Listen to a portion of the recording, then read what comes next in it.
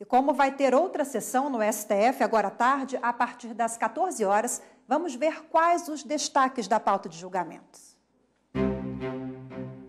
Na sessão da tarde da quarta-feira no plenário do STF, Direito Administrativo abre os trabalhos com recurso extraordinário, onde se discute a prescrição da ação de ressarcimento ao erário de agente público acusado de improbidade administrativa. Direito do Trabalho é o tema seguinte, com 2 ações diretas de inconstitucionalidade, onde é questionada a validade de medidas do Plano Real sobre convenções e acordos coletivos de trabalho. Penúltimo tema do dia, servidor público traz 3 processos, começando com agravos regimentais em mandatos de injunção, que tratam de aposentadorias especiais de servidores públicos. Matéria orçamentária, financeira e repartição de receita é o último tema do dia, com 3 processos, todos sobre a forma de cálculo da complementação anual devida pela União ao Fundo de Manutenção e Desenvolvimento do Ensino Fundamental e Valorização do Magistério, o Fundef, em cada estado e no Distrito Federal. Mais informações sobre a pauta de julgamentos no site do Supremo Tribunal Federal, stf.jus.br. E quem está aqui com a gente para comentar sobre a pauta de julgamentos de logo mais é a consultora jurídica da TV Justiça, Gisele Reis. Gisele, uma pergunta. A gente viu agora há pouco na matéria do Gabriel Ciafrei a lei que flexibiliza as relações de trabalho no contrato por prazo determinado. Qual que é a diferença dessa modalidade de contrato? Então, Galton, nós temos 2 modalidades de contrato de trabalho. Uma delas é o contrato de trabalho por prazo determinado e a outra por prazo indeterminado.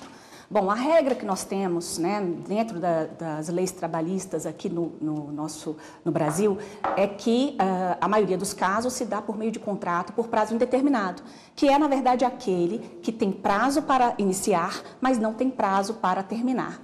Já o outro contrato, como o próprio nome diz, é um contrato que ele tem prazo de início e fim. Então, qual é a diferença prática disso para o empregador?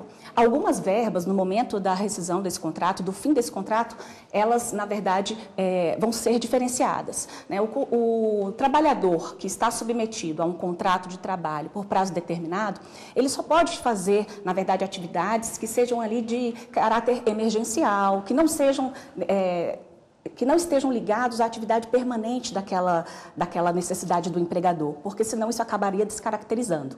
De toda forma, ele não terá direito, por exemplo, ao aviso prévio. Por que não vai ter direito? Porque o contrato já é por prazo determinado, ou seja, ao final daquele prazo estipulado no contrato, não haveria necessidade, então, de se ter um aviso prévio sobre o fim do contrato. E um outro item que eu poderia, na verdade, mencionar é que também não recebe os 40%, aquela multa de 40% sobre o FGTS. Então, há realmente uma diferença entre esses contratos. No Supremo, o que está sendo julgado é uma medida cautelar numa ação direta de inconstitucionalidade, em que se argumenta a inconstitucionalidade exatamente desse tratamento diferenciado. O argumento constante da ação é de que haveria ofensa ao princípio da igualdade e que os trabalhadores não poderiam tratar de forma desigual. Agora, Gisele, temos uma pauta extensa, agora à tarde também, né? Julgamento que começa a partir das 14 horas. Quais são os destaques? Bom, Rafa, o que acontece?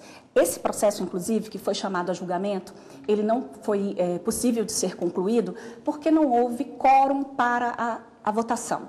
No âmbito do Supremo Tribunal Federal, existem 2 tipos de quórum, um quórum de sessão e um quórum de julgamento. Então, para tratar de matérias constitucionais, é preciso que estejam no plenário, no mínimo, 8 ministros.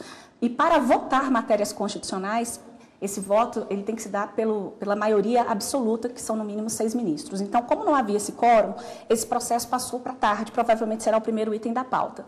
Depois nós temos um outro caso, inclusive que já estava na pauta da semana passada, que trata do prazo que o Estado tem para poder ser ressarcido de atos de improbidade administrativa. O Supremo já decidiu que em casos de ilícito civil, o Estado tem 5 anos para poder entrar com uma ação e ser ressarcido de uma batida de carro, por exemplo. Mas e quando se está diante de um ilícito administrativo, né, de um ato de improbidade administrativa, aqueles casos, por exemplo, de fraude em licitação? Qual seria o prazo? O julgamento já está em andamento. Nós tivemos já 8 ministros que votaram, 2 foram contrários a prazo, ou seja, eles entendem que não pode ter prazo, tem que ser imprescritível, mais 6 ministros entendem que para uma questão de segurança jurídica é preciso que se estabeleça assim um prazo e entendem razoável o prazo de 5 anos. Agora, a aposentadoria especial de servidores também está na pauta. Isso pode mudar bastante, né, as regras. Sim, Galton, o que acontece? Nós temos a aposentadoria especial prevista na legislação para o trabalhador regido pela consolidação das leis do trabalho. E o servidor público também tem esse direito previsto na Constituição Federal. A grande questão que nós temos aqui é que não há uma regulamentação, ou seja, não existe uma lei que regulamente efetivamente os direitos, os requisitos e as condições da aposentadoria especial do servidor público. Há uma lei para o trabalhador da área privada. Então, o que se discute em 3 mandados de injunção, inclusive são recursos nesses mandados de injunção, que é uma peça jurídica que é apresentada exatamente para questões onde há omissão da legislação, é exatamente saber que tipo de legislação deve ser aplicada enquanto não se supre essa lacuna legislativa. Então, são 3 recursos. 2 são da relatoria do ministro Fux, 1 da relatoria do ministro Marco Aurélio, inclusive também 2 retornam à análise com pedido de vista. Então, realmente, o Supremo deve chamar esses 3 processos, a pauta ao todo tem 9 itens, além de listas também dos ministros, e se for chamado a julgamento, se eles forem chamados, tratarão exatamente dessa situação da regulamentação, do tipo de legislação aplicável no caso dos servidores públicos, quando estão em situações de maior vulnerabilidade, como no caso os servidores públicos que têm deficiência ou que se submetem a atividades de risco. Ok, Gisele, obrigada pela participação conosco. Eu que agradeço. Obrigado, Gisele.